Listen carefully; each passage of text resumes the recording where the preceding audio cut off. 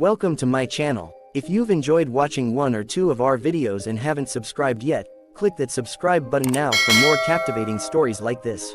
Don't miss a single story. The story begins by revealing that 5,000 years ago, during the Age of Despair, humanity teetered on the edge of extinction. To prevent the collapse of the world, four great heroes emerged to confront Aros, the genesis of evil. Among these heroes was Luna, the elven archmage, also known as the poet of the stars. Another was Du, the dwarven master-smith, referred to as the divine blacksmith. The third hero, Aeon, was a beastman warrior, and the wise king, Lindes, who was also a dragon. 5,000 years ago, we witnessed the chaos of the battlefield, where the ground is strewn with countless corpses. We hear Lindes urging a man named Kyle to go on without them. However, Kyle insists they should not speak. Lindes continues, urging Kyle to take their dragon heart and push forward. Kyle replies that he intends to save them and tells them to conserve their energy, but Lindes asserts that it's too late for them. Kyle asks them to stop talking, as he needs to concentrate on healing. In a surprising turn, Lindes reaches into their chest and pulls out their heart, asking Kyle if he remembers their first meeting and their vow to save the world. Kyle bites his lip, calling Lindes a stupid lizard. Lindes apologizes for leaving everything to Kyle as their eyes grow heavy. With their final breath, Lindes passes away. Kyle then begins to recite the names of the four heroes as he reaches for the dragon heart. He starts to imbue it with aura, transforming it as he thanks all the heroes for their presence. Forcefully injecting it into his body, a powerful aura radiates across the battlefield, visible from miles away. Kyle vows that no matter what happens, even if his body burns to ashes, he will keep fighting to honor his friends' memories. His sword begins to glow with aura, and we learn that this is Kyle, the hero of the beginning. He charges into battle, shouting at Aros and leaping toward him for a powerful attack. The scene shifts to a woman recounting the night when the sky echoed with the great sound of explosions. Thanks to the sacrifice of the wise king Lindes, Aros, the genesis of evil, was driven away. Suddenly, a baby cries. A man asks the woman, named Reina, why she is telling the same story for the 100th time. She explains that Leo loves this book the most. We see a little baby in a crib as she prepares to read him, The Heroes of the Beginning, once again. As she reads, the baby starts babbling. She mistakes it for enjoyment, unaware he is actually frustrated that she won't stop reading. Reina continues the tale of 5,000 years ago. The baby questions why she is recounting it, noting that he was the one who defeated Aros and wonders why he is the only one omitted from history. The narrative then shifts to a later time at the Royal School of Dian, where a teacher instructs the students to pay attention. He reminds them that they are in the Age of Heroes, noting that it has been 5,000 years since the hero record first appeared in their world. The lower world has undergone many changes since then. For example, the Royal School of Dian has been chosen to host this year's Lumen entrance examination. The teacher expresses confidence that some among them possess the potential to become heroes who will one day have their names inscribed in the hero record. He's super excited until he hears a student snoring, prompting him to tell the student to wake up. This student is none other than Leo. The teacher remarks to Leo that since he seems to know the course material well enough to fall asleep during lectures, he will pose a question: what ritual was required 5,000 years ago to be regarded as a hero? Leo stands up, asserting that if someone makes a name for themselves, people will worship them on their own. We are formally introduced to him as Leo PLO from the House of PLO. The teacher then asks if anyone else is willing to answer. A student quickly raises his hand and explains that in ancient times, there was no way to gain recognition from the gods, so only holy rituals were used to select heroes. He cites the ritual of blood as a prime example. The teacher and the other students applaud, acknowledging Gvan, the greatest magic genius of their kingdom, who hails from the House of Traton. The teacher expresses high hopes for Gvan in the upcoming Lumen exam, while Gulen laughs at Leo, believing he has been upstaged. Meanwhile, Leo reads his book, remarking that meeting gods was incredibly easy and didn't require a holy ritual. The book discusses a miracle gifted by the gods to the lower world to honor the great heroes who faced Aros, which is the hero record that his mother often read to him. He closes the book, pondering why he is treated as if he doesn't exist. Later in class, students rush to the windows, excitedly announcing the arrival of the emblem of the Zinger clan. They watch as a group parades down the halls, fawning over a lady named Celia Zinger. An announcement over the intercom instructs all students to gather in the auditorium for an assembly as the Zinger clan visits the school. Gulen asks Leo if he plans to try to get noticed by the Zingers, doubting they would care about him at all. Leo replies that he's not interested in such things and is going straight home. Gulen, feeling embarrassed, insists he's not interested either and is merely going to check out Celia as a fellow rival. Some time later, we see Leo training with a bow staff in hand and a wooden sword on the floor. After finishing his session, he reflects that while diligent training is part of it, his current body is far better than the one he had in his previous life. As he heads outside into the courtyard, a woman asks what he's so deep in thought about, preparing to launch a surprise attack from the side. Leo manages to block it and steps back, incredulous that she would ambush him like that. She explains that it's been a while since their last spar and insists that his talent cannot be lackluster for Lumen, emphasizing that this is his final test. Raising her sword, she swings down, and he successfully blocks her strike. She suggests that she could put more power into it. They begin trading blows in the middle of the courtyard, with Leo commenting that she is showing him too much tough love. We are introduced to his mother, Reina, who counters that while he calls it tough love, he is clearly blocking everything she throws at him. As she prepares for an even stronger attack, she quickly realizes she is putting too much force behind it. As the sword comes straight toward Leo's head, she begins to panic, worrying about what will happen if he can't dodge it. However, he effortlessly sidesteps the blade, allowing it to graze his hair. Spotting his opportunity, he lunges forward with a counterattack, much to her surprise as she finds herself on the floor. Concerned, he asks if she's okay, but she wonders how far his talents truly extend. She inquires if he is still determined to attend Lumen, the Human Hero Academy, believing it might be the only place that holds records of him as a hero. Leo expresses his desire to uncover why his name isn't listed anywhere. His mother reminds him that members of the Zinger clan are visiting Delan and will be staying at their mansion. Leo asks why they are staying there, and she explains that he should get to know them. She plans to ask their vice-patriarch, Zeiss, if he would consider teaching Leo a technique, which could help him become strong enough to gain admission to Lumen next year. Leo, however, seems reluctant about the hassle of learning the technique and smirks while sighing, insisting that he intends to be admitted this year instead. A carriage then arrives at the estate, and a woman asks why her uncle wants to stay there. Stepping out of the carriage, we are introduced to Celia Zinger, known as the Sword Princess. She expresses her desire to focus on the Lumen entrance exam and questions why they came to such a small, remote family. Zeiss calls out to her, asking if she's not curious about Leo since he doesn't seem to have any interest in their clan. Celia dismisses him, noting that he still can't even use AA yet, implying he can't be that impressive. Zeiss laughs, suggesting she doesn't quite understand. Later that evening, they meet Reina and Zabos, who express their honor at having the Zingers stay over. We are also introduced to Leo's father, Ade, the patriarch of the House of PLO. Zeiss then tells Celia that she should show them respect. She places her hand over her chest and offers a formal introduction, thanking them for hosting them for the week. Reina replies that it's nice to meet her, thinking that Celia resembles her father and brother. Celia soon realizes that Reina has black hair and red eyes, asking if she is of their lineage as well. Zeiss informs her that Reina is actually her aunt, which surprises her. As their luggage is carried to the room, Zeiss talks to Reina about their recent visit to the Royal School of Delan, describing the chaos of students rushing to see them. He notes that Leo seemed to have gone home, showing no interest at all. Reina laughs, commenting that it must be quite a blow to the pride of the Zingers, apologizing if her son appears disrespectful and explaining that he is only focused on training. Zeiss then asks what kind of kid Leo is, and Reina responds that he possesses unbelievable talent. Zeiss questions whether she genuinely believes Leo is worthy enough to inherit the flames of deserting Earth. Reina asserts that she's not merely saying this because he's her son, he truly is worthy. As we see Leo training with Celia, Zeiss remarks that if Celia is willing to make such a statement, he is genuinely interested. However, he insists on testing Leo himself to verify her claims. Meanwhile, we catch a glimpse of Leo pushing Celia back during their training. A flashback reveals Leo meditating in the training area, with AA floating around his wrist.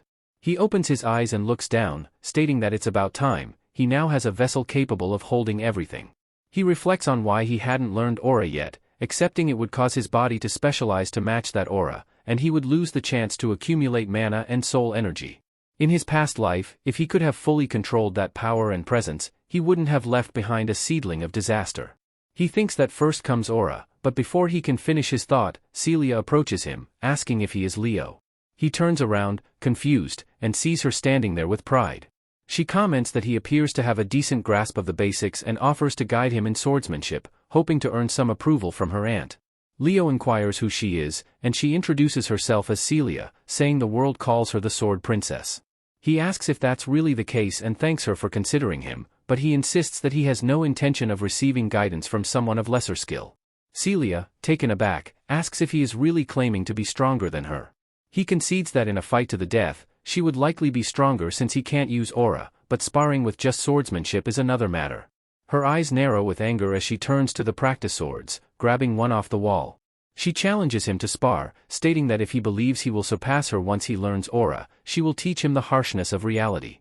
If she wins, he will become her servant. Leo asks what he will get if he wins, and she points her sword at him, considering, before declaring that she will become his servant instead. He picks up his sword from the floor, eager to start immediately, and leaps forward, swinging at her. Celia blocks his attack and acknowledges that his speed is decent but insists it won't be enough to take her down.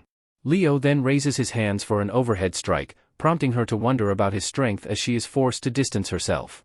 He crashes into the ground, shattering it, and doesn't give her a moment to recover, launching another attack. Celia realizes she can't dodge as he swings toward her head, and they hear a clash. He questions why she is using aura, thinking they were supposed to be sparring with just swordsmanship. Celia explains it was merely a reflex.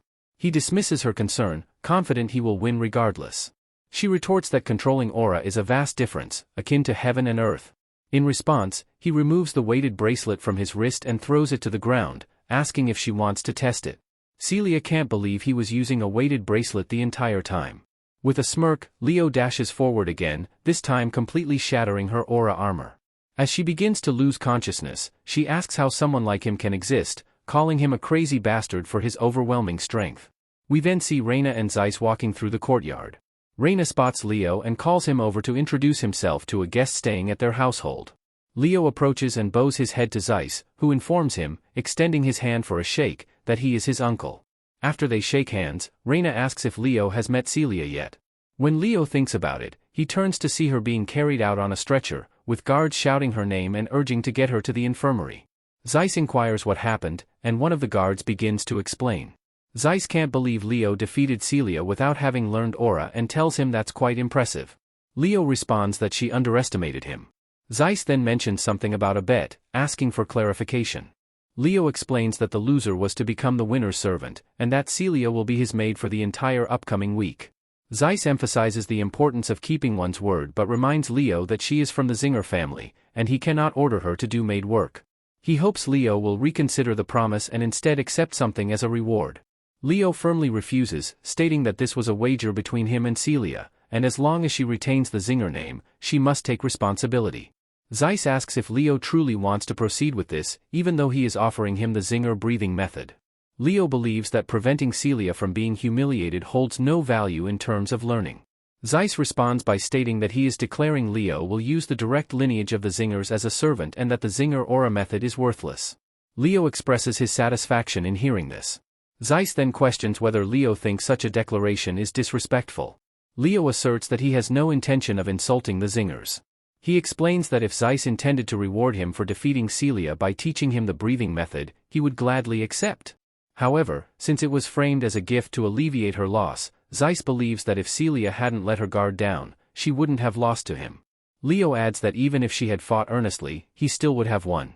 Zeiss smiles, finding Leo to be an interesting child and wishing someone like him were part of his family. He instructs a guard to send Celia to the maid's quarters. Calling out to Leo, he tells him that in an unofficial capacity, he can comfortably call him uncle, placing a hand on his shoulder. As Leo walks away, Zeiss turns to Reina, mentioning that he thought she wanted him to teach Leo their breathing technique. He then states his intention to ask their older brother to convince him to teach Leo the phoenix breath technique instead. The scene shifts to a bedroom, where we see Celia's flushed face.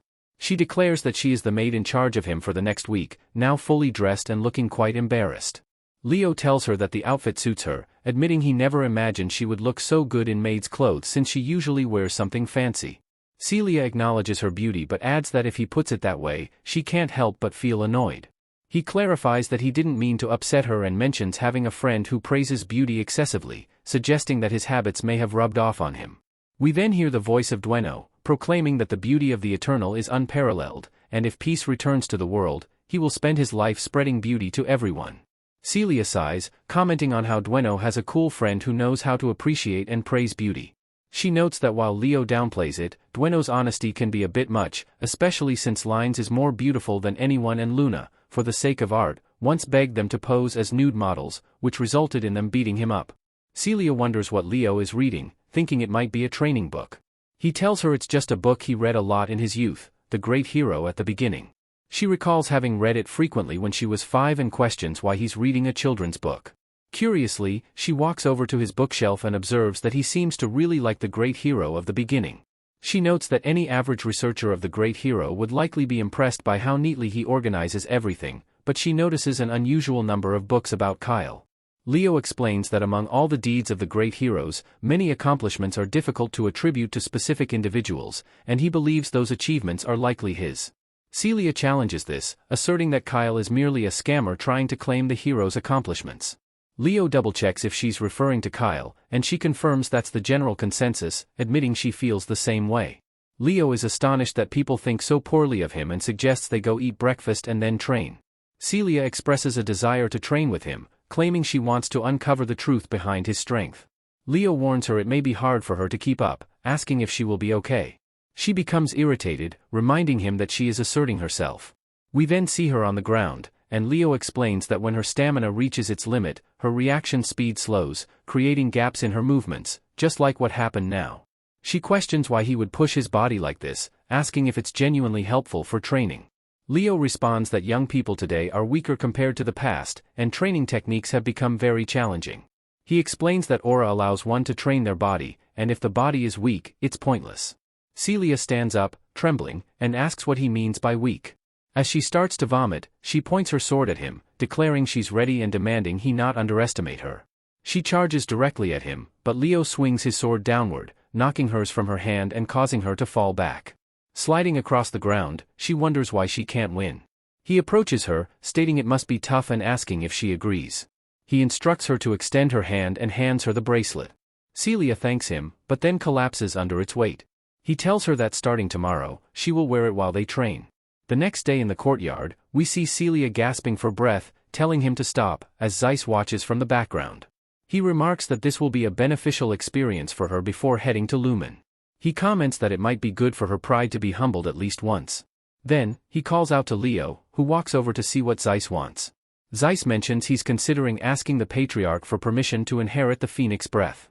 Leo is surprised and wonders if Zeiss is referring to the family's origin for the aura technique, recalling that only those recognized within the family can inherit it. Celia interjects, saying that her father won't easily accept it. Zeiss clarifies that's why there's a condition: Leo must pass the Lumen entrance exam. Celia warns him that the exam is a real fight, and since Leo can't use aura, it would be too dangerous for him. Leo smirks, acknowledging he lacks experience in actual combat, but points out that he has defeated Aros and many other demons in his past life. Zeiss asks for Leo's thoughts on the matter, and Leo admits he doesn't know how his parents will react. Zeiss assures him they've already agreed, and Leo responds that he's on board. Zeiss smirks, saying he expected Leo would want to take the exam all along. Leo then tells Celia it's time to continue, and she runs after him, questioning if he really thinks she won't be able to keep up. The scene shifts to a week later, where students are preparing for the Lumen entrance exam. They murmur about Celia's presence and wonder who is accompanying her. She asks Leo if he's nervous, and he replies that he isn't at all, suggesting she should fix her way of speaking since she just called him young master, forgetting that she is no longer his maid. Golivan then calls out to her, surprised to see Leo beside her. He comments on Leo's inability to handle aura and questions why he's there before quickly shifting his demeanor to ask Celia how she has been. Both Celia and Leo seem annoyed by his presence. Golivan introduces himself to Celia, stating that he greeted her the last time she was at school and claims to be Deland's greatest magic genius. Celia apologizes, stating she has no idea who he is, and grabs Leo's hand, indicating that they are leaving. As they walk away, someone else calls out Celia's name, and 2 white-haired students approach them. Celia appears surprised, while Leo wonders about her reaction. They are introduced as Abut and Chelsea from the Lumen family, who tell Celia that it's been a long time.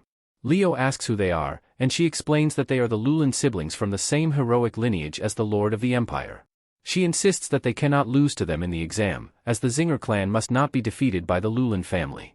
Leo reminds her that he is from the PLO family. Abut greets her, mentioning it has been quite a while, and she agrees. He then questions who is next to her, and she introduces Leo as a noble from the kingdom of Delat. Abut dismisses him as a small fry, prompting Leo to glare at him. Abut then turns away, confidently stating that the top spot will surely be his, and tells his sister Chelsea that they should get going. Celia, feeling annoyed, declares that she's going to make sure to thoroughly crush them. A man then comments that it seems everyone has gathered, prompting everyone to look up at him. We are introduced to a professor at Lumen Academy named Alba Zarin, who has a striking resemblance to Gojo. Celia is surprised and asks if that's the sorcerer of man, while Leo questions who he is. She explains that he's a hero listed in the records. Leo concludes that he must be a hero of this era, then looks back up at Alba, noticing the mana in his left eye. Alba begins explaining that there are two types of trials, one-on-one combat and monster subjugation, with each person taking turns. He expresses his disdain for the method, finding it tedious, and states he doesn't want to deal with that boring approach. He then moves his coat aside to pull out a book, the Hero Record. Using magic, he transports the students to his world, revealing the first chapter titled, The Wild Forest. A giant magic circle appears beneath all the students, and Alba's hands glow as words fly out of the book. He declares that he detests inefficiency and decides to combine everything and proceed at once. As the students are blinded by the light, Leo recalls his teacher mentioning that the hero record isn't just a historical account, its true value lies in its ability to manifest the hero's world, which contains the experiences of past heroes. Moreover, by accessing these worlds, one can inherit the powers of previous heroes. Leo had thought it was some sort of hero training system, but when he opens his eyes, he finds himself in Alba's world, now introduced to the wild forest. Alba explains the rules. They simply need to survive, whether by joining forces or eliminating one another. Those who wish to forfeit can break the orb they are holding. Leo surveys the area while the others panic, noting that the place looks familiar. He starts walking forward, mentioning that this used to be an elven forest before it was tainted by the witch queen Salat. Some students express their fear, insisting this is too scary and wanting to return.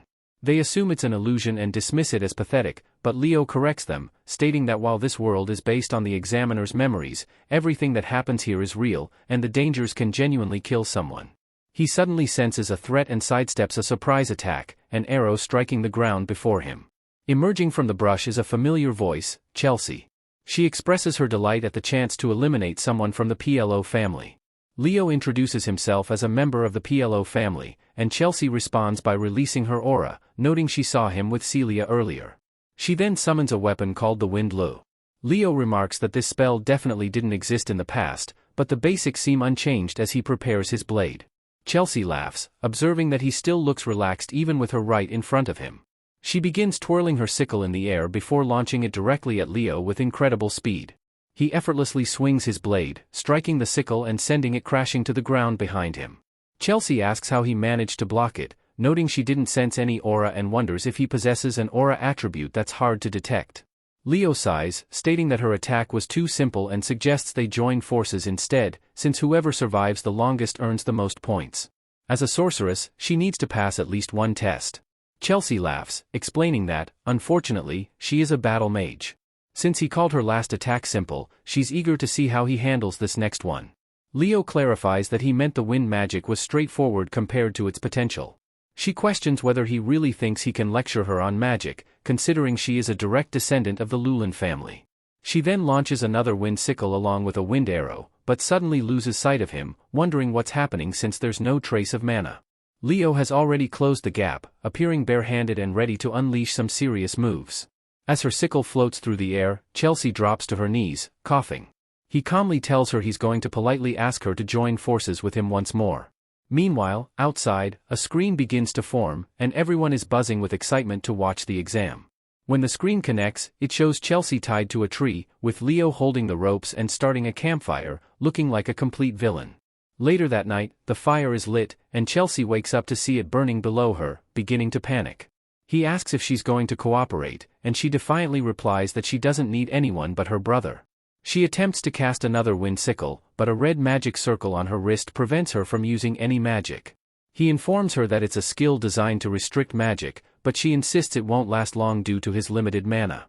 Chelsea claims she doesn't need magic to escape, but Leo wonders if she thinks he would let her focus on that while he tightens the ropes. She screams for him to wait, saying it's too hot as the fire starts to singe her skirt. He tells her to cooperate, and she reluctantly agrees. He demands she swear on her family name, and she yells that she will. Leo releases the rope, remarking that she's far too easy to manipulate. As she begins to fall off the pole, she closes her eyes in fear. When she opens them again, she finds him carrying her and saying it's nice to meet her. Back in the screening room, everyone watches the fights, and Alba comments that none of the competitors meet the standards needed to fight each other, calling them foolish. He notes that the only ones getting straight to the point are Celia and Abut. He believes the public's future will be bright as he sees both Leo and Chelsea teaming up. He observes Leo cutting down an ogre and concludes that while the fire stunt was immature, getting Chelsea to cooperate earns him a passing grade. Although he lacks the power and grace of Celia and Abut, Leo certainly proves to be an unexpected dark horse. A wind arrow pierces straight through the monster's chest as Leo swiftly decapitates it, causing it to collapse to the ground. Chelsea remarks that working alongside a knight makes things quite comfortable for her, then inquires about the aura he's using, noting she can't detect any mana from it. He replies that he doesn't know how to use aura, prompting her to ask how he managed that without it. Leo explains that, like anything, a solid foundation is crucial. As they're observed from the forest, Chelsea notices a presence, and Leo asks how important she thinks that foundation is. She glares at him and begins casting a spell called Windbreaker toward whatever is watching, eliminating it instantly. She quips that it's insolent for him to speak of magic in front of a Lumen. Leo states that she has power, but she used it incorrectly. Growing annoyed, Chelsea stops as Leo extends his hand, telling her not to take another step. He crouches down, and she comments that they look like mummies. He mentions having seen things that leave victims like that before, and now he understands the conditions for passing this test. Suddenly, his instincts kick in, and he grabs Chelsea, diving to the side to protect her. Nearby, some students discuss needing to eliminate Chelsea first, considering Leo a nobody. Among them is Gullivan, the third-rate villain, who orders his group to attack together as they charge at Leo. Leo's eyes narrow as he punches one of the attackers square in the face, knocking him out instantly. Both Chelsea and Gullivan are surprised, with Chelsea's heart racing. Leo instructs her to watch his back. Gullivan, frustrated, asks his lackeys what they're waiting for as they continue to charge. Leo begins to release his aura, and we see Gullivan fleeing in sheer panic while his companions engage Leo, calling him a coward. Gullivan insists he can't go out like this and needs to find another party as he runs away. Celia spots him and tells Abut that they should head in that direction. They both display shocked expressions upon finding Leo, Chelsea, and the other students, who are taking quick little naps. Chelsea joyfully runs to her brother, and Celia asks why they're together. Leo explains that he suggested they cooperate, to which Celia responds that there's no way that stubborn girl agreed to it. He smiles, stating that he convinced her in a very friendly way. As Leo picks up one of the students, Chelsea asks why he's helping them. He tells them they don't need to fight anymore, they can just beat this world together. They ask what he means by beat the world, and Leo points out the anomaly in the wild forest, indicating the corpses whose moisture seems to have been drained. He wonders where all the other monsters are. Celia reflects that he's right, it feels like the monsters are afraid of something. Leo concludes that a high-tier monster must have appeared, scaring off the others. Abut acknowledges this, recalling that Alba's first feat involved defeating a high-tier monster. Suddenly, a chill runs down their spines as they sense an ominous aura emanating from the woods in front of them, causing them all to freeze in fear. Leo declares that it has finally revealed itself, shifting back to Gullivan. He walks through the forest with his staff glowing, determined to ensure that Leo fails, no matter what it takes. Suddenly, he spots someone lying on the ground and kneels beside the corpse. Almost immediately, something begins dripping onto his staff, and he feels it on his head, paralyzed with fear. When he looks up, he sees a giant spider preparing to devour him. Meanwhile, at the academy, Alai observes the exam. Some students discuss the effort they've put in, but Alba informs them that around 500 have failed so far. Another teacher suggests that despite this, he needs to select about 100, just like other regions, as only 50 students remain in the test. Alba responds that he's willing to fail them all if they don't meet the standards, explaining that Headmaster Callan put him in charge of the test knowing he would do this. A true hero can only be found in difficult times, and although Leo may have noticed the anomaly in the forest, that doesn't guarantee he can overcome it. As they all start running toward something, some students complain that it's too dark to see anything, but Celia spots something ahead and tells them to prepare. She channels aura to the tip of her blade, illuminating the darkness to reveal Gullivan trapped inside the spider's mouth. She wonders what kind of nightmare they are witnessing. Abut concludes that this must be the source of everything and begins to channel a magic spell. Leo interrupts him, urging Gullivan to snap out of it and break the crystal. Annoyed but reluctantly complying, Gullivan breaks the crystal, teleporting himself out of the world and leaving a yellow trail from the spider's mouth. Abut resumes casting his spell, called Wind F, which starts to stab the monster repeatedly. However, it's not deep enough to kill it, and they all look surprised, except for Leo, who expected the outcome. He identifies the creature as the spider princess tarantula. One of the students leaps at it with his halberd, taunting it to eat this, only to be swatted away like a fly, landing in the bushes behind them. Celia declares her intent to finish it off in one blow, channeling aura onto her blade again and using an ability called prominence. She fires an aura beam directly through the spider princess's skull, but it instantly regenerates. She exclaims in disbelief, while Abut points out the stark difference in destructive power between a mage and a knight. He then casts another spell called Raw Fall, which swirls above him, careful to avoid catching the others in its path. When he unleashes it, it successfully wounds the tarantula all over, but he realizes it will take more than that. As he contemplates, the spider princess leaps into the air, launching an attack. In a panic, Chelsea casts Windbreaker to protect her brother, but he still sustains injuries, though they are not fatal. He regroups with the others, and the hero student from earlier remarks on the monster's incredible regeneration, noting it has already fully healed from Abut's attack. Leo explains that it's the daughter of Salat, the queen of Tartarus, and a monster within Erebus's army that devastated the elven forest. They are all taken aback upon hearing the name Tartarus. Leo explains that the mana in Alba's left eye indeed belonged to the fairy king. The tarantula ruled over the cursed wild forest, destroyed the elven forest, and even devoured the right hand of the fairy king who dared to confront her. He believed Luna had killed it, but it seems the fairy king's hand, which contained the ring of life, the source of infinite life energy, saved her. Abut asserts that if defeating the monster is the key to passing the test, he will do it.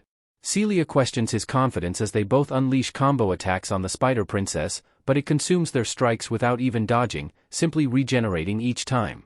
Leo warns them that it's pointless, they will only exhaust their mana since the spider keeps healing through their damage due to the strange green aura surrounding it.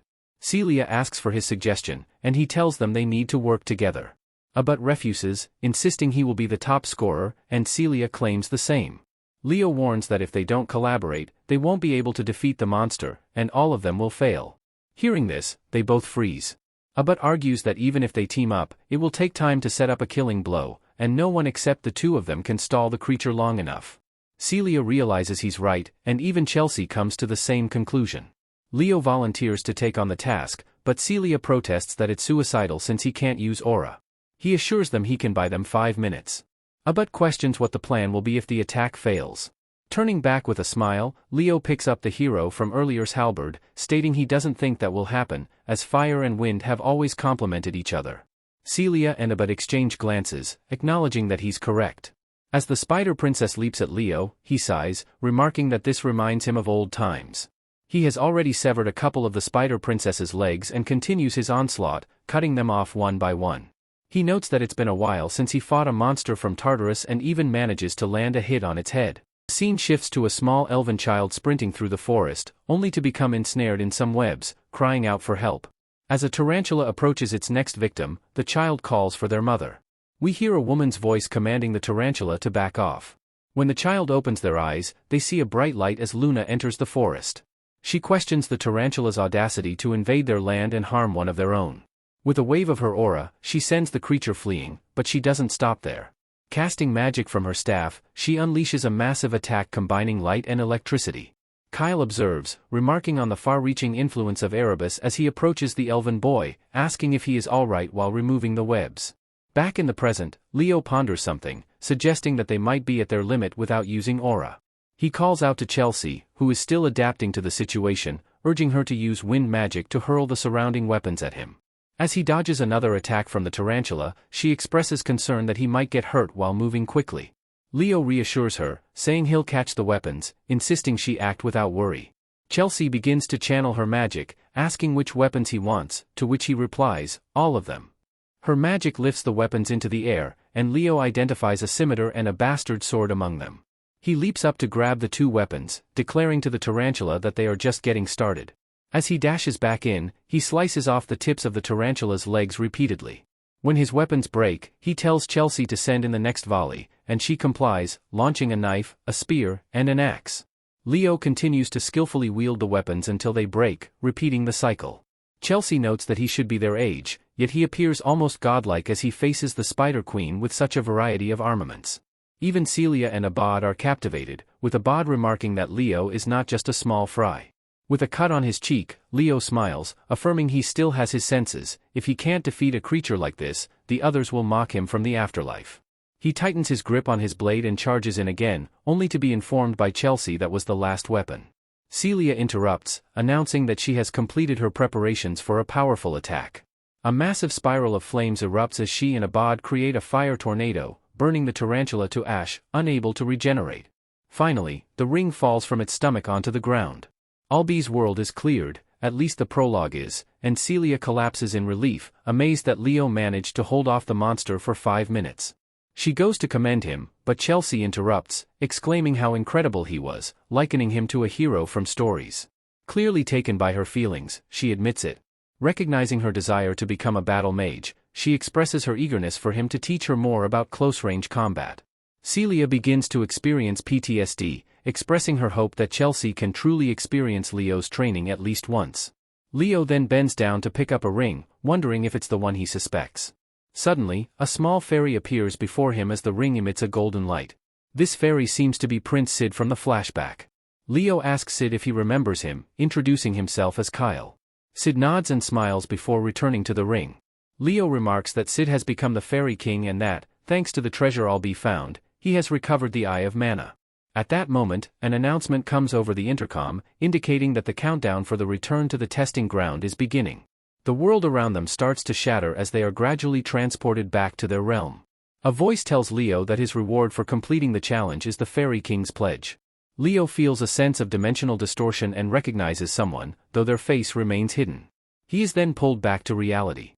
Meanwhile, in a tall building, a man comments that the exam in the Western Territory has concluded. This man is introduced as Callan Bedian, the principal of Lumen Academy and a swordmaster. An assistant questions if it's really over, noting that other territories still have exams pending, and they wonder how many students Albi has passed. Callan speculates that, considering Albi's reputation, a significant number would pass, around 40 students. The assistant asks if that's a lot, to which Callan replies that he expected only about 10 and is pleased with the outcome.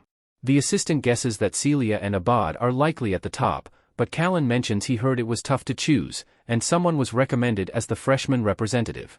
Surprised, the assistant asks if it was Celia or Abad, but Callan reveals it was someone he had never heard of. Meanwhile, the students cheer for Celia and Abad, as they are credited with defeating Tarantula. Albi, however, has a different thought. He recommends Leo as the freshman representative for the KN division. Callan is taken aback, having never expected Albi to speak so highly of a student, and he wonders what kind of person Leo is, noting he possesses the potential to be a hero. The scene shifts to a bathhouse, where Leo reflects that pain like this requires care and time. Relaxing in the bath, he submerges his head underwater, recalling the figure who mentioned the Fairy King's pledge. He muses that typically, clearing a living hero's world doesn't yield a reward, yet he received one. Just then, his mother enters the room, asking if he knows why she was expelled from the house of Zinger. He has no idea, and she explains that while rescuing a comrade, she lost the flames of Zerdinger, but she has no regrets about her choice. She encourages him to use his power and talent for a noble cause and congratulates him on his acceptance to Lumen Academy. The scene transitions again to a warp gate above the city, where Callan is located. A voice informs him that he has arrived in Lamaria City and advises him to ensure he has collected all his belongings before exiting the gate.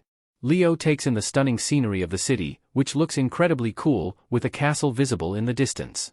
He remarks that this is the center of the world, realizing that the castle is actually Lumen Academy. Zeiss then approaches him, asking how the past month has been and congratulating him on passing the exam. Leo expresses his gratitude but inquires about Zeiss's presence. Zeiss explains that their house has been embroiled in a never-ending debate for the last month and asks Leo if he's aware of the situation regarding the Phoenix Breath. Leo learns that while Zeiss's elder sister is no longer part of the house, he is still her son, and the elders were impressed that he passed the Western exam. Zeiss hands Leo a subspace key, instructing him to open it. Leo follows his directions, twisting the key in the air, and it immediately releases flames. A large book materializes before him, opening with enough heat to make him sweat, but he finds the pages empty. Zeiss tells him he needs to stain the pages with a drop of his blood. In typical anime fashion, Leo bites his thumb, causing it to bleed, and pours the blood over the book. The flames subside, transforming into a warm golden aura. Zeiss informs him that only he can read this book, and while learning the secrets of the Zingers won't be easy, he believes Leo will master it quickly. He pats Leo on the shoulder, congratulating him on becoming a member of the house. The scene shifts to a clothing store where Leo is looking around, noting that this is where Celia wanted to meet him. A woman accidentally bumps into him, dropping her books on the floor. Startled, she quickly apologizes, hurrying off. Leo notices something on the ground and picks it up. It's her student ID. Her name is Chloe Muller, and she's a freshman at Lumen Academy. Entering the shop, Leo hears Celia asking why he took so long, reminding him that they need to get his uniform, textbooks, and more. He tells her he met with Uncle Zeiss, and she excitedly asks how it went. Leo holds out his hand, igniting a flame, his eyes glowing with fiery aura as he shows off the phoenix breath in the store, which seems risky. Celia drops her bags in shock, incredulous that it took him just an afternoon to learn a technique that took her 3 weeks to grasp, leaving her to wonder what he truly is. They head to the port, where students are preparing to board a ship. A man approaches the group, introducing himself as Professor Analan, who is in charge of the freshman night class. He informs them that they will be departing for Lumen soon and directs them to board the ship, revealing his title as Glacier Knight. As the ship sets sail, Leo and Celia explore, and a man calls out to them, referring to them as a couple and asking if they have a moment to chat. Celia becomes visibly angry as the man introduces himself as K. Thomas from the Kingdom of Moira. He reveals that he's an alchemist who sells everything from potions to weapons, encouraging them to reach out if they need anything while in school. Leo finds him intriguing, takes his business card, and introduces himself. Carr recognizes K. Thomas's origin, asking if that means he passed the Western exam, which he calls impressive. Leo questions if he's the only one who finds the situation odd, noting how peaceful it feels, which seems uncanny. Celia suggests it's just a warm welcome for the freshmen who passed the exam, but Leo can't shake his unease, glancing over at Carr and doubting they would be rough with students before orientation. Just then, the ship begins to shake, and Leo remains the only one steady on his feet. He comments that this is precisely what he expected, as a giant tentacle emerges from the ocean and crashes down in front of Carr, knocking him to the ground. Students begin begging Professor Ree for help, but he casually swirls his wine, stating that as students of Lumen Academy, they need to handle danger on their own.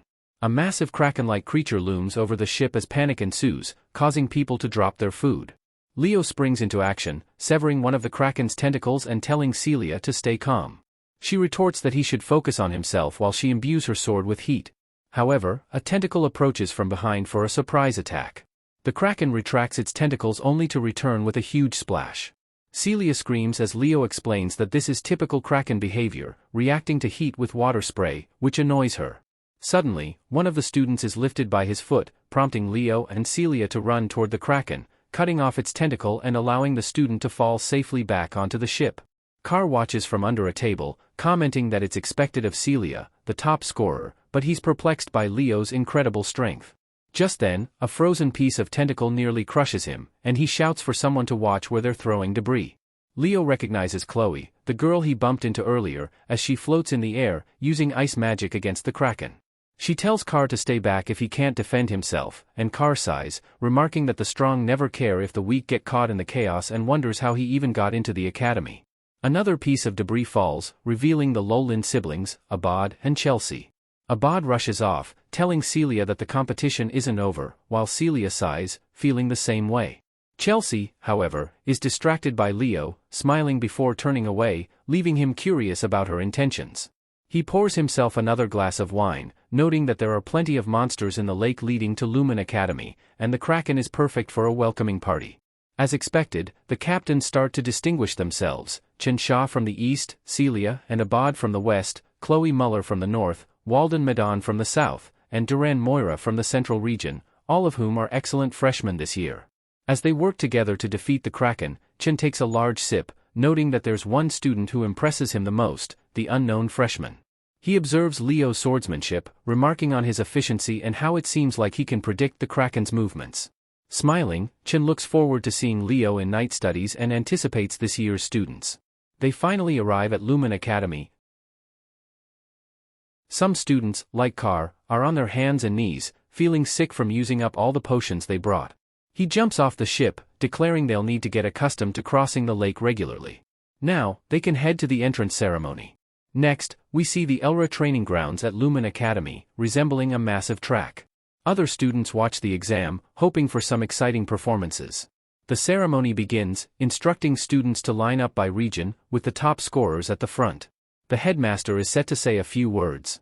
Callan reappears, stating that if they dream of becoming heroes, they must be willing to put their lives on the line and continually push their limits. He warns that those who can't do so don't belong there, slamming his hand on the table to emphasize his point, indicating that they'll break if they lack the necessary resolve. The students sit in silence, and Callan wonders if he might have gone too far. Some students begin to cheer, prompting him to quip, "I can't hear you," echoing a SpongeBob quote. One of the teachers comments that the longer they teach at Lumen, the more the grand image of the swordmaster diminishes. Another announces a speech from the freshman representative, surprising the top scorers when Leo's name is called. When Leo looks up, he sees Albie on stage and wonders if he was the one who recommended him. Albie smiles at him as Leo approaches the stage, grabs a book, and addresses the professors and seniors, stating that the freshmen are now entering Lumen as proud members. Some students whisper that they've never heard of him and question why the representative isn't one of the top scorers. Leo notices Duran's annoyed expression. He closes the book, thanking them, and the teacher asks about his goals as the freshman representative. Leo smiles, sensing they might want him to rally those who nearly qualified instead of them. The teachers note that this freshman rep is well-behaved and a decent model student, suggesting it will be a calm ceremony. However, Leo surprises them by saying that if anyone wants his spot, they should try to take it from him. The reactions vary. Abad and Celia are incredulous, Chen looks surprised, while Walden and Duran remain visibly annoyed. Leo asserts that regardless of who they are, he will accept every challenge seriously. Later that day, they finally reach the dormitory. A man informs them that starting tomorrow, exploratory classes will commence for about a week. He explains that no matter their chosen major, they can take any class they like, which will help them decide on 3 subjects to focus on. He advises them to go to bed early to avoid being late for their first class. The students are seen heading into the dormitory, where Leo discovers he has room 302, with Carr as his neighbor. Carr expresses excitement about being side by side and tells Leo to sleep well. Leo replies that he'll see him tomorrow before entering his room, flopping onto the bed. He begins to reflect on what he hopes to achieve at Lumen, visualizing a grand pillar of rock in a vast library, as if the stars were the ceiling. He realizes that this represents his hero record, which he is eager to find. The next day, they are in the cafeteria, where Carr asks to join Leo for breakfast. Leo agrees, and they sit together, but someone else slams their food down at the table. It's Duran, who asks Leo if he meant what he said during the speech yesterday. Leo acknowledges that his words were provocative and admits it's true that a stranger picking a fight like that is unusual. Duran introduces himself as the captain of the Central Region, but both Leo and Carr ignore him, continuing to eat. Duran gets increasingly irritated, and a yellowish aura begins to emanate from him. When Carr looks up, he is shocked to see their table sent flying through the air by Duran's kick, along with all their food. Leo leaps from his seat, using his fork to catch his food midair, managing to reconstruct it into a cheeseburger. Duran remains furious, and Leo remarks that wasting food is unforgivable. Duran retorts that he'll bring Leo down from his high horse, irritated by someone weaker acting so cocky. At that moment, another student places a hand on both Duran's shoulder and Leo's, positioning himself between them. He expresses disbelief at their behavior, and Duran wonders when he arrived. Leo, feeling nervous, tries to defuse the situation. Duran comments that fighting on the first day at Lumen is serious and questions whether they can handle what's coming. The scene shifts to the exploratory class, specifically for the night department, where students are gathered outside with Duran. They call out to him, mentioning that class is about to start, while Celia looks around for Leo. We see Leo's hand on the door frame as he and Duran appear out of breath, with Duran looking more exhausted. Celia rushes over, asking what happened. Leo glances at Duran, who walks away in annoyance. Feeling a bit more relaxed about the situation, Leo announces that since everyone is present, he will begin the class. He introduces himself again, stating he's in charge of their first-year night studies. Duran glares at Leo, while Carr wonders if they're starting a war on the first day. Explains that the 3 powers derived from mana are magic energy, soul energy, and aura, noting that aura is the most challenging to handle. He asks if anyone knows why, and Celia chimes in, saying that aura loses its mana fluidity during the conversion process. Confirms her answer and elaborates that while magic and soul energy utilize mana in its natural state, aura absorbs and processes mana to suit the body. He then releases a chilly aura, asking if any of them can explain how to use the aura accumulated in their bodies. Celia suggests that aura just emerges after exerting some force, but Leo corrects her, stating that you can harness aura's power by burning mana. He confirms her answer and then asks Duran what the most important factor is when burning mana. Leo mentions stamina while noticing that Duran is still out of breath. Impressed, he asks if Duran has studied aura before, to which replies he hasn't. Smirks, finding it interesting that someone who hasn't properly studied could grasp its essence. He decides to set theory aside for now and suggests they all get some physical movement in. Demonstrates by putting aura under his feet, leaving the students in awe as he soars into the sky using aura step, something One Piece fans might recognize as Jeppo. He explains that the basic principle is to concentrate aura's power in your legs and showcases how to forcibly descend, emphasizing its endless potential applications. As class begins, some students struggle with aura step while others practice combat. Celia initially challenges Leo, saying she'll teach him how to do it if he calls her sister, trying to act prideful. Leo dismisses her, stating it shouldn't be too difficult. He notices Duran still staring at him, anxiously biting his thumb. Smirks and mentions the earlier commotion that morning. Chelsea wonders what's happening, while Carr sidles up to her, eager to explain. She asks what occurred and calls Duran and Leo forward. Questions Duran about his apparent anger, but Duran insists he isn't angry. Proposes a one-on-one running competition for the class representative spot on the track, allowing them to use aura without restrictions. Duran is surprised, thinking he has a serious advantage. Before the race begins, Carr tries to rally support, telling everyone to place their bets. He highlights Duran's prestigious background, referring to him as the master of lightning aura, and contrasts him with Leo, the dark horse from the outskirts who unexpectedly became the freshman representative. Other students remark that it seems Leo can't even use aura step, expressing their disdain and pointing out that while the captains have proven themselves, Leo has not. Declares that the first to cross the finish line wins, and regardless of the outcome, both must accept the results gracefully, calling it chivalry. As the race begins, Celia realistically notes that it's unlikely Leo will win, but acknowledges he has always exceeded expectations. She then gives the signal to go. As Leo and Duran take off, Duran uses his lightning aura and looks back, taunting Leo as a rookie. Other students cheer for Duran, calling him cool, while they criticize Leo, claiming his selection as the representative is a scam. Chelsea, the sole cheerleader, encourages Leo to do his best. Meanwhile, Duran quickly reaches the halfway point, and Carr realizes Leo is falling behind. As Leo runs, something catches his eye, causing him to stop abruptly and dash towards the wall. Celia exclaims in confusion at what Leo is doing.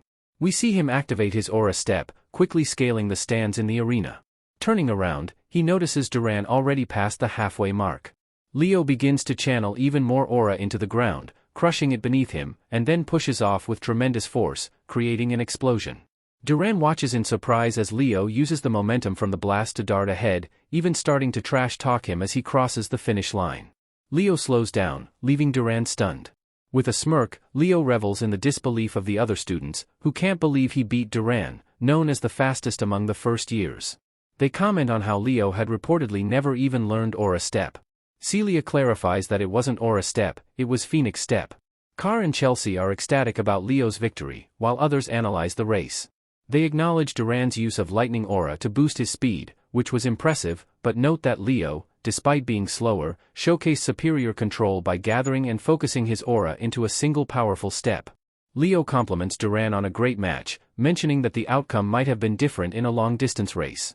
Duran, not wanting to be friendly, tells Leo to get lost, pondering that a true hero might finally emerge from the current generation's disciples.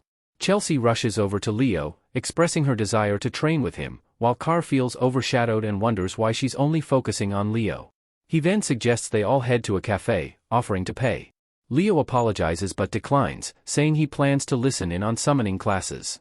Celia sighs, noting that Leo is unpredictable.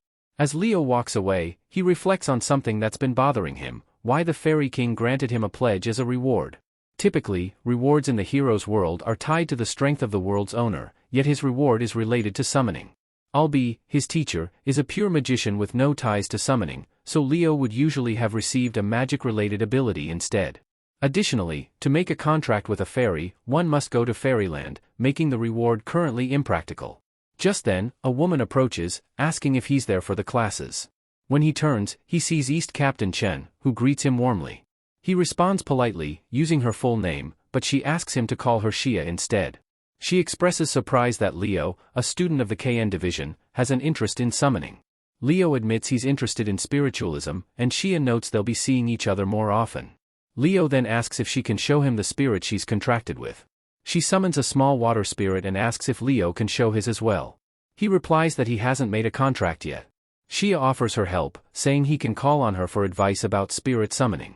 Leo appreciates the offer and asks her age. She tells him she's 17 and mentions she knows he's 15.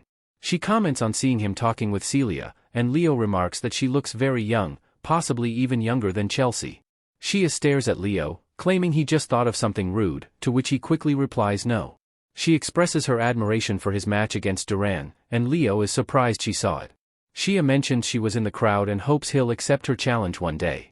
Leo laughs and agrees, and she smiles at him. At the exploratory summoning class, everyone gathers on a field or hill.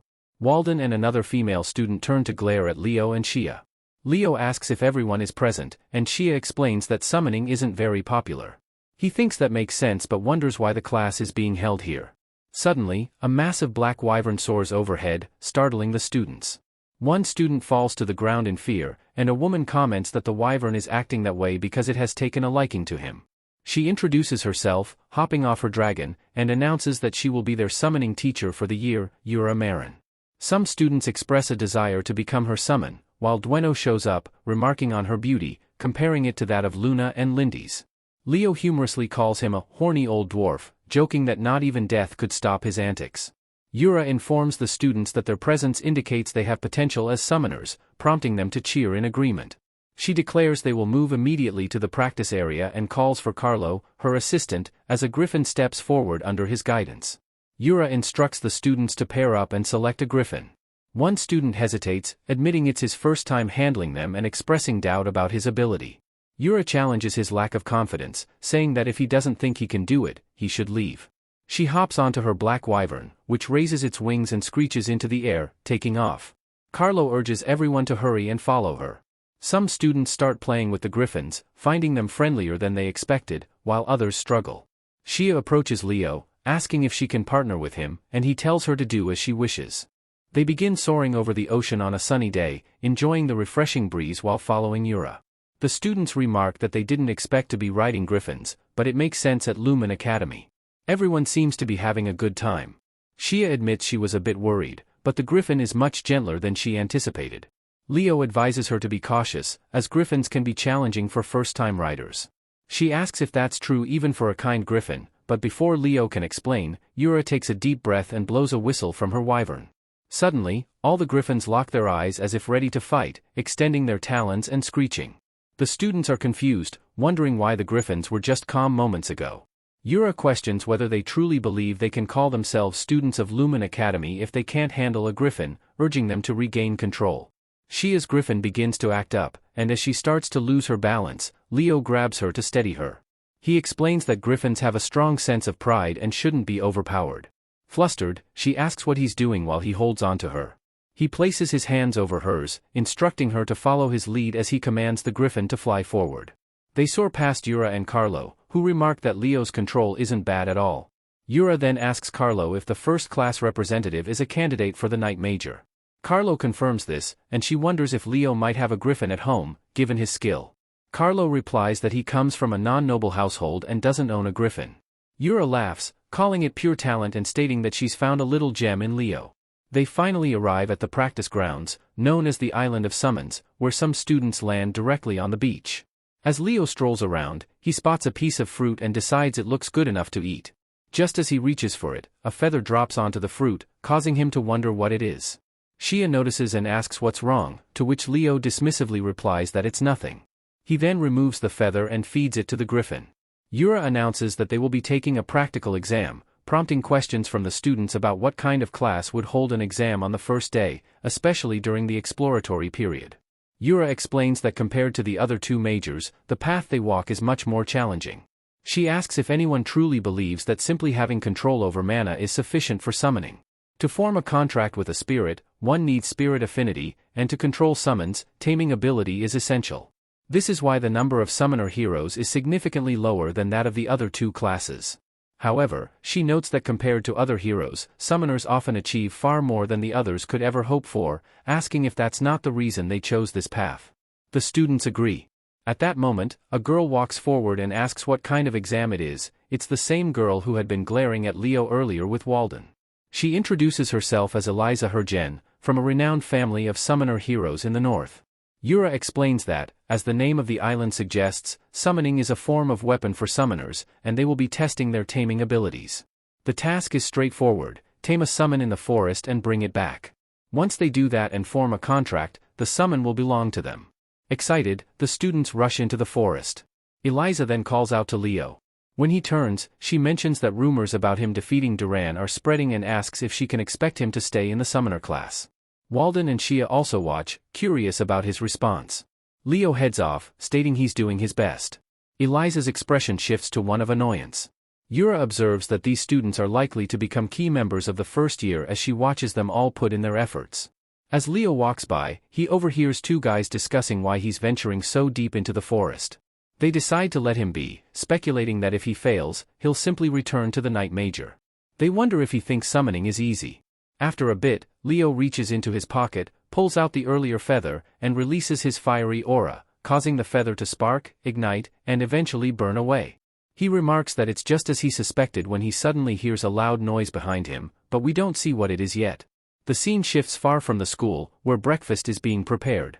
Leo's mother asks his father if he thinks Leo will be okay, to which he replies that it's only the first day of school and questions her worry. She admits he's probably right and that her concern is unwarranted. Meanwhile, the flames around Leo grow larger. She wonders what could possibly go wrong on the first day, but it turns out Leo has just summoned one of the 3 great summons, a phoenix. Thank you so much for watching. If you enjoyed this video, don't forget to give it a thumbs up and hit the subscribe button for more content. Feel free to leave a comment down below sharing your thoughts or suggestions. If you want to stay updated on our latest uploads, click the notification bell icon. And hey, why not check out some of our other videos popping up on the screen right now? If you'd like to support the channel, you can do so by liking, sharing, and subscribing. It really means a lot. Peace.